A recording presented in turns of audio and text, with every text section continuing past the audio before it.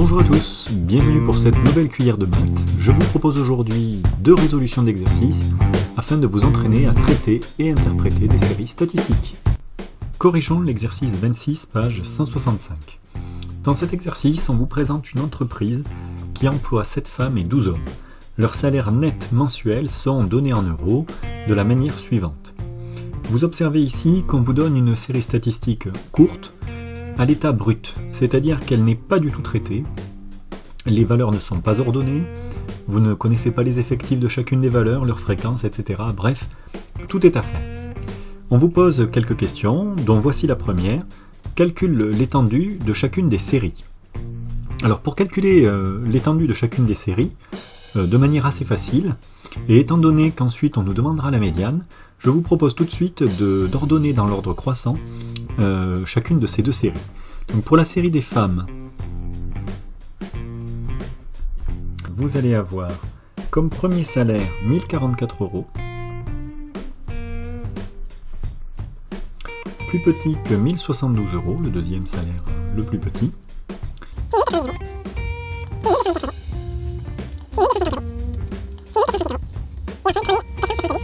1, 2, 3, 4, 5, 6, 7, j'ai bien les 7 salaires des 7 femmes. Pour les hommes,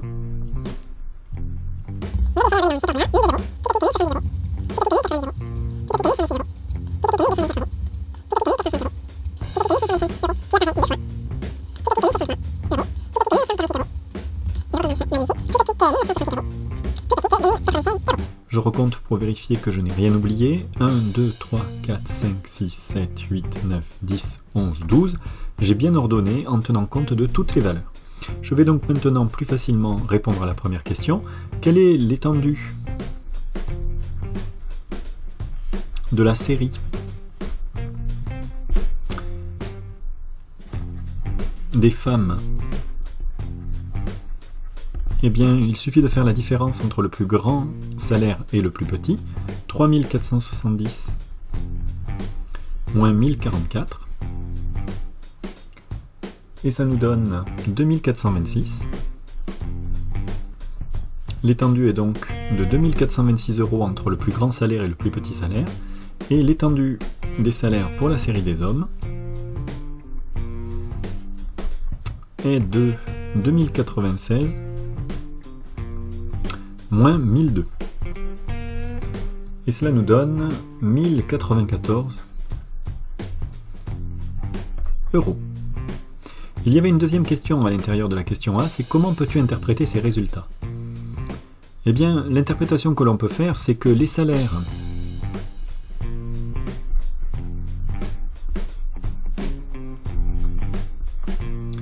de la série des femmes sont plus hétérogènes, il y a davantage d'écart entre la plus petite valeur et la plus grande valeur que pour la série des hommes.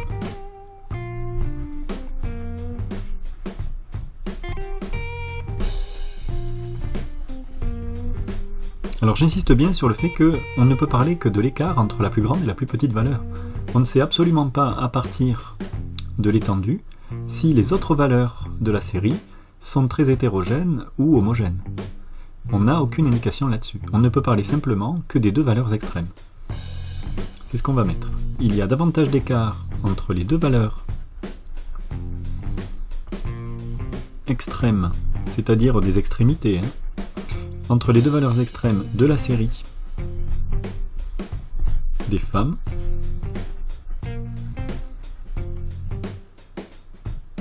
qu'entre les 2 valeurs extrêmes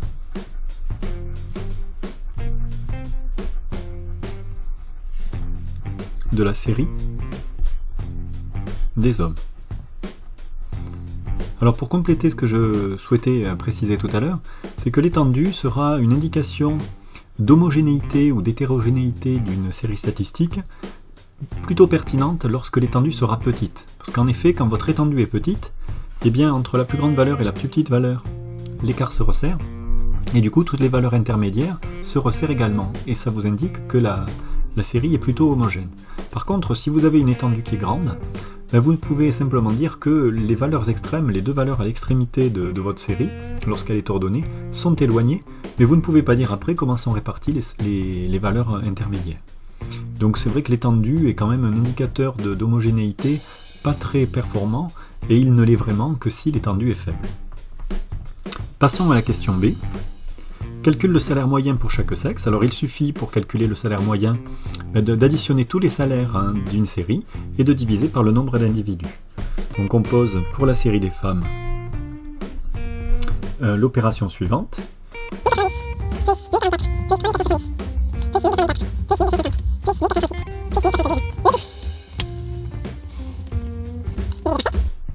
Je vous rappelle que je vous conseille, je l'ai déjà dit dans d'autres vidéos, de bien mettre les détails des calculs parce qu'on se trompe assez facilement sur ce type de calcul. Il y a beaucoup de données à prendre en compte en général et il arrive très fréquemment qu'on fasse des petites erreurs, soit de frappe, soit on oublie de recopier une valeur. Et du coup, de bien indiquer votre méthode vous permettra de bien montrer à votre examinateur que vous avez compris la démarche et que votre erreur n'est qu'une erreur d'inattention, ce qui est somme toute moins grave. Donc le salaire moyen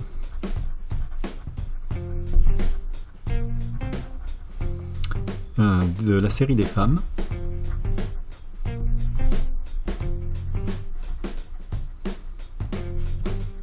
est environ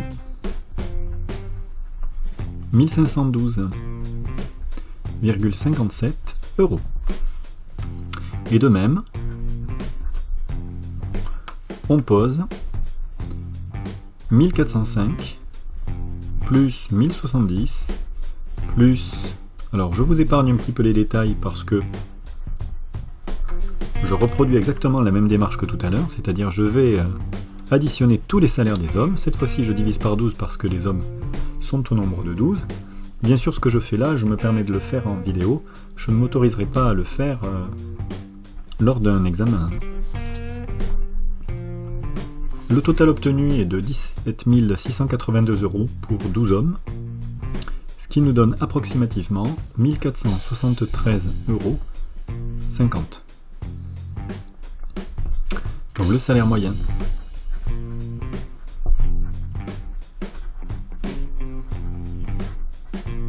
de la série des hommes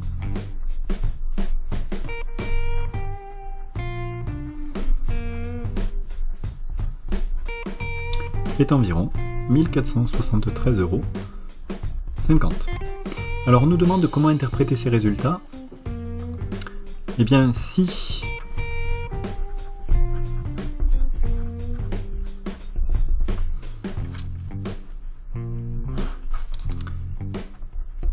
toutes les femmes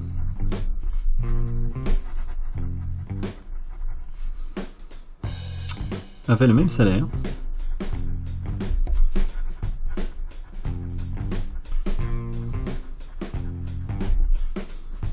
et de même pour les hommes, c'est-à-dire s'ils avaient le même salaire aussi,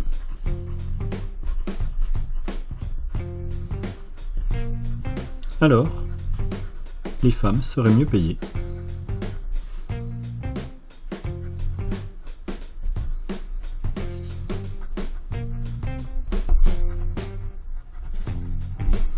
Dans cette entreprise.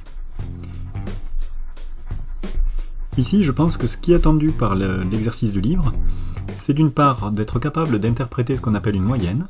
Or, une moyenne, je vous rappelle que c'est une donnée qui correspond à la valeur que toutes les personnes interrogées répondraient si elles répondaient la même chose. Par exemple, si on parle de salaire, eh bien, si tout le monde était payé de la même façon, le salaire en question serait le salaire moyen. Dans une interrogation en classe, si tout le monde avait eu la même note, la note moyenne serait la note obtenue par tous les élèves. Donc ça c'est quelque chose qui est important, vous voyez, dans cette partie de phrase. Et puis la deuxième chose qui est demandée, c'est certainement de comparer qui a la plus grande moyenne des deux. Donc ici, c'est la moyenne du salaire des femmes qui est plus grande que la moyenne des salaires des hommes. Est-ce que ça signifie que toutes les femmes sont mieux payées que les hommes? Certainement pas, puisqu'il n'y a pas d'homogénéité parfaite dans les salaires des femmes et dans les salaires des hommes. Passons à la dernière question. Détermine une médiane des salaires pour chaque série. Alors pour cela, dans la mesure où j'ai très peu de place encore pour compléter, je ne vais pas vous faire la rédaction que j'exige d'habitude pour la médiane. Vous reprendrez dans la leçon les différents détails qu'il faut rédiger. Je vais quand même vous les donner à l'oral. Pour déterminer une médiane, vous devez d'abord ranger les valeurs dans l'ordre croissant, c'est ce que j'ai déjà fait, donc ça c'est déjà du temps d'économiser. Ensuite, vous devez indiquer le nombre de valeurs de la série, parce que ce nombre, s'il est pair ou s'il est impair, va induire une méthode différente. Et ce qui est intéressant dans cet exercice, c'est qu'on rencontre les deux cas. Donc pour les femmes, nous avons 7 valeurs. S'il y a 7 valeurs, nous allons séparer la série en 2 groupes de même taille, et il va rester, puisque le nombre de valeurs est impair, une valeur au milieu de cette série qui va séparer les 2 groupes. On le voit très bien ici. Vous allez avoir un premier groupe de 3 valeurs, puis un deuxième groupe de 3 valeurs, et la valeur centrale sera notre médiane. Donc ici, la médiane, c'est 1224 €. Ça veut dire que la moitié des femmes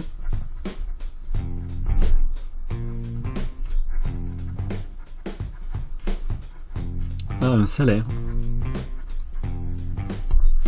inférieur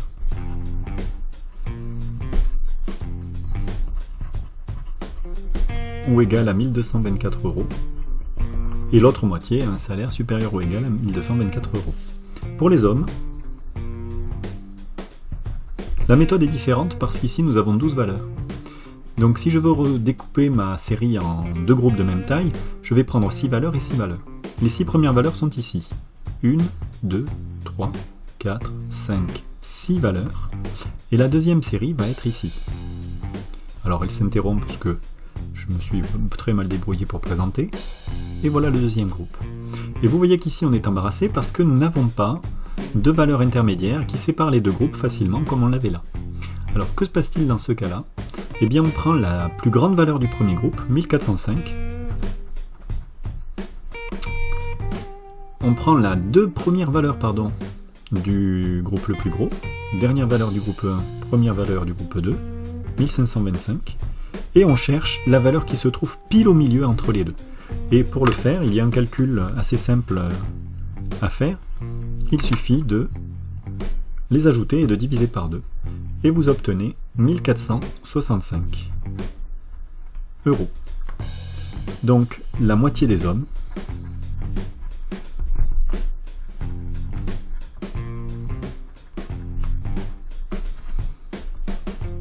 a un salaire inférieur ou égal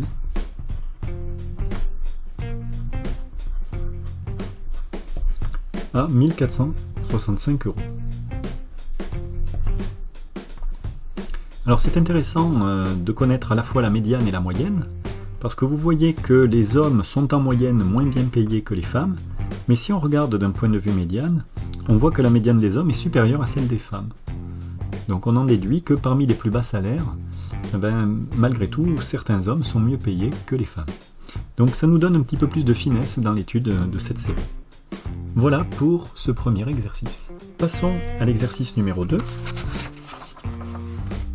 Dans cet exercice numéro 2, vous avez une information sur le temps de travail réalisé par les employés d'une entreprise, temps de travail hebdomadaire. Je ne l'ai pas précisé dans l'exercice, c'est le temps en heures par semaine. Alors il y a différentes catégories de contrats. Vous avez des gens qui ont négocié de travailler à 35 heures par semaine, d'autres travaillent à 40 heures par semaine et puis peut-être avec une contrepartie, et d'autres travaillent 37 heures par semaine, et bref, chacun des contrats est aménagé pour qu'il paraisse équitable. Vous avez donc 38 personnes qui travaillent 35 heures par semaine, 52 personnes qui travaillent 40 heures par semaine, et 30 personnes qui travaillent 37 heures par semaine. L'objectif est de déterminer la moyenne du temps de travail dans l'entreprise.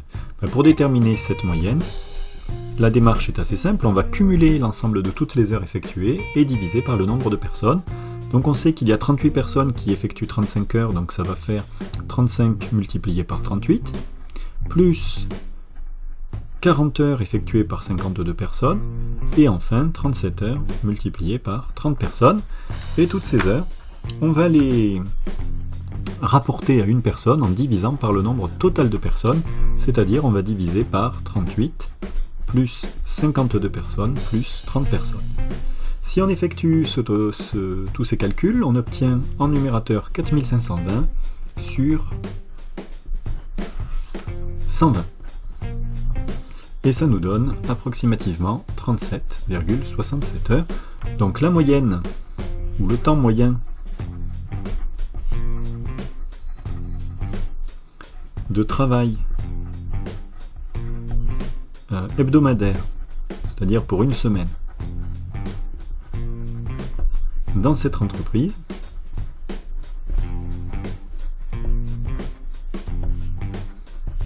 est de 37,67 heures environ. Voilà pour cet exercice. Voilà pour cette vidéo. Je vous retrouve, j'espère, bientôt pour d'autres vidéos.